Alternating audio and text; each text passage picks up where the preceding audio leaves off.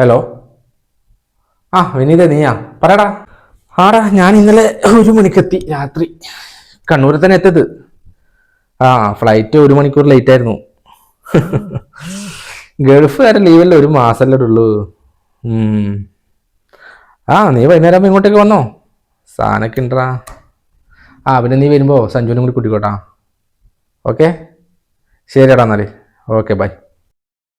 ഏട്ടാ, ആകെ 1 മാസേ ഉള്ളൂ.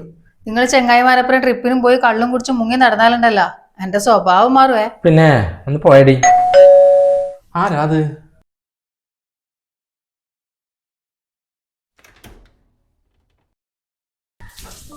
ഇതാര്? നാരായണിച്ച. വാ നാരായണിച്ചി, കേറി വാ. വേണ്ട മോനെ, ഞാൻ ഇടുന്നോളാം. നിങ്ങളെന്നാ പിന്നെ ഇച്ചിരി അന്യനെ പോലെ. കേറി വാ. വാ നാരായണിച്ചി, കേറി ഇരുന്നാട്ടെ ഇങ്ങോട്ട് വാ. ഇതാ ഇടിരിക്ക്.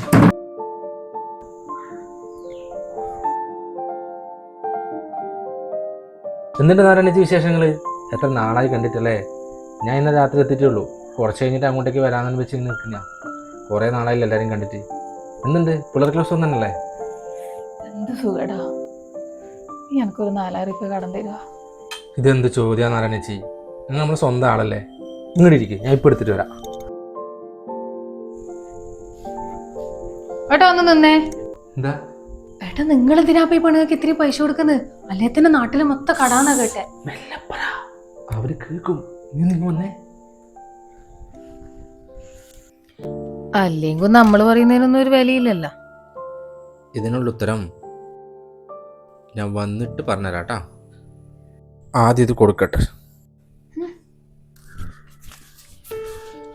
നാരായണിച്ച് പോയിന്നാ തോന്നട്ടാ. പോയി, നന്നായി. മോശമായി പോയാൻ തോന്നും. നീ പറഞ്ഞവര് കേട്ടിട്ടുണ്ടാവും. കേട്ടാലെന്താ, ഞാനുള്ളതല്ലേ പറഞ്ഞു. നീ എന്താ പറയുന്നേ? ഇപ്പൊ പോയ സ്ത്രീയില്ലേ, അവരെ കുറിച്ച് നിനക്ക് എന്തറിയാം? എന്തെന്ന്? ഈ നാരായണീച്ചനെ കുറിച്ച് എന്തറിയാനാണ്? ഓറ് നിനക്കൊക്കെ വെറും നാരായണീച്ചായിരിക്കും. എനക്കങ്ങനെയല്ല. എനിക്ക് സ്വന്തം അമ്മയെ പോലെയാ. ഒരുപാട് ഭക്ഷണം വിളമ്പി തന്നൊരു അമ്മയായിപ്പോൾ പോയത്.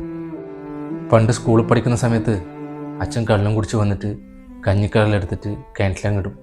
പിന്നെ അന്നത്തെ ദിവസം മുഴുവൻ പട്ടിണിയാണ്. അന്ന് ഈ നാരായണീച്ച് വീട്ടിലേക്ക് വരും. എന്നിട്ട് എൻ്റെ കയ്യും പിടിച്ചുകൊണ്ട് പോയിട്ട് വയറ് നിറയെ ഭക്ഷണം തരും. തിരിച്ചു വരുമ്പോൾ എൻ്റെ കയ്യിലൊരു പൊതി ഉണ്ടാവുമായിരുന്നു, അമ്മക്കുള്ള ഭക്ഷണം. ആ അമ്മയാണ് എന്നെ ഇവിടെ നിന്ന് ഇറങ്ങിപ്പോയത്. അവർക്കൊരു മോനുണ്ടായിരുന്നു, എൻ്റെ അതേ പ്രായം. 10ാം ക്ലാസ്സിൽ പഠിക്കുന്ന സമയത്താണ് അവനും എൻ്റെ അച്ഛനും കൂടി ഒരു ആക്സിഡൻറ്റിൽ അങ്ങ് പോയത്. അതിന് ശേഷം ആ കുടുംബത്തിൻ്റെ ബാധ്യത മൊത്തം നാരായണിച്ചിൻ്റെ തലയിലായി. പിന്നെ ഓനൊരു അനിയത്തി ഉണ്ടായിരുന്നു. ആ അനിയത്തിൻ്റെ കല്യാണം നമ്മുടെ ഫ്രണ്ട്സെല്ലാം കൂടിയിട്ടാണ് നടത്തി കൊടുത്തത്.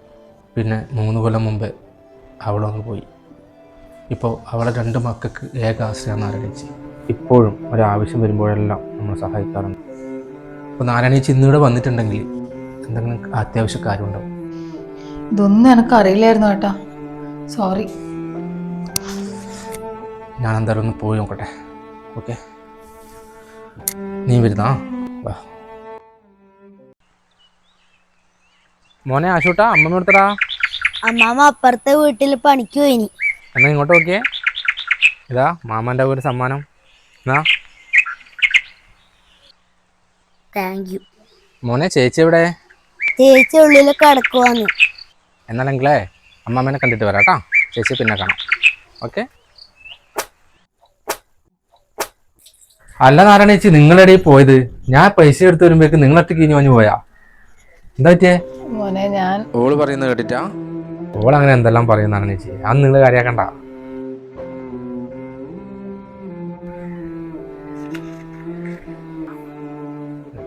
ഇനി എന്താ ആവശ്യം ഉണ്ടെങ്കിലും നാരായണേച്ചി പറയണം കേട്ടാ.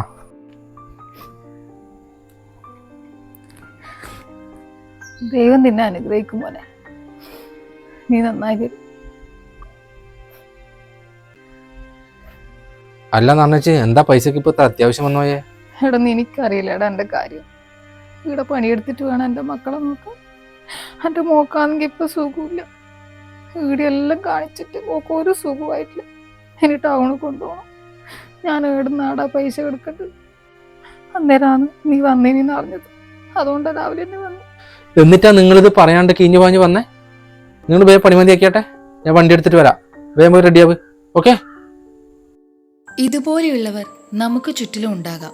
ആർഭാടത്തിനും അത്യാഗ്രഹത്തിനും വേണ്ടി നാം ഓരോന്നും വെട്ടിപ്പിടിക്കുമ്പോൾ ഒരു നേരത്തെ അന്നത്തിനു വേണ്ടി കഷ്ടപ്പെടുന്ന ഒരുപാട് ജനങ്ങളുണ്ട്.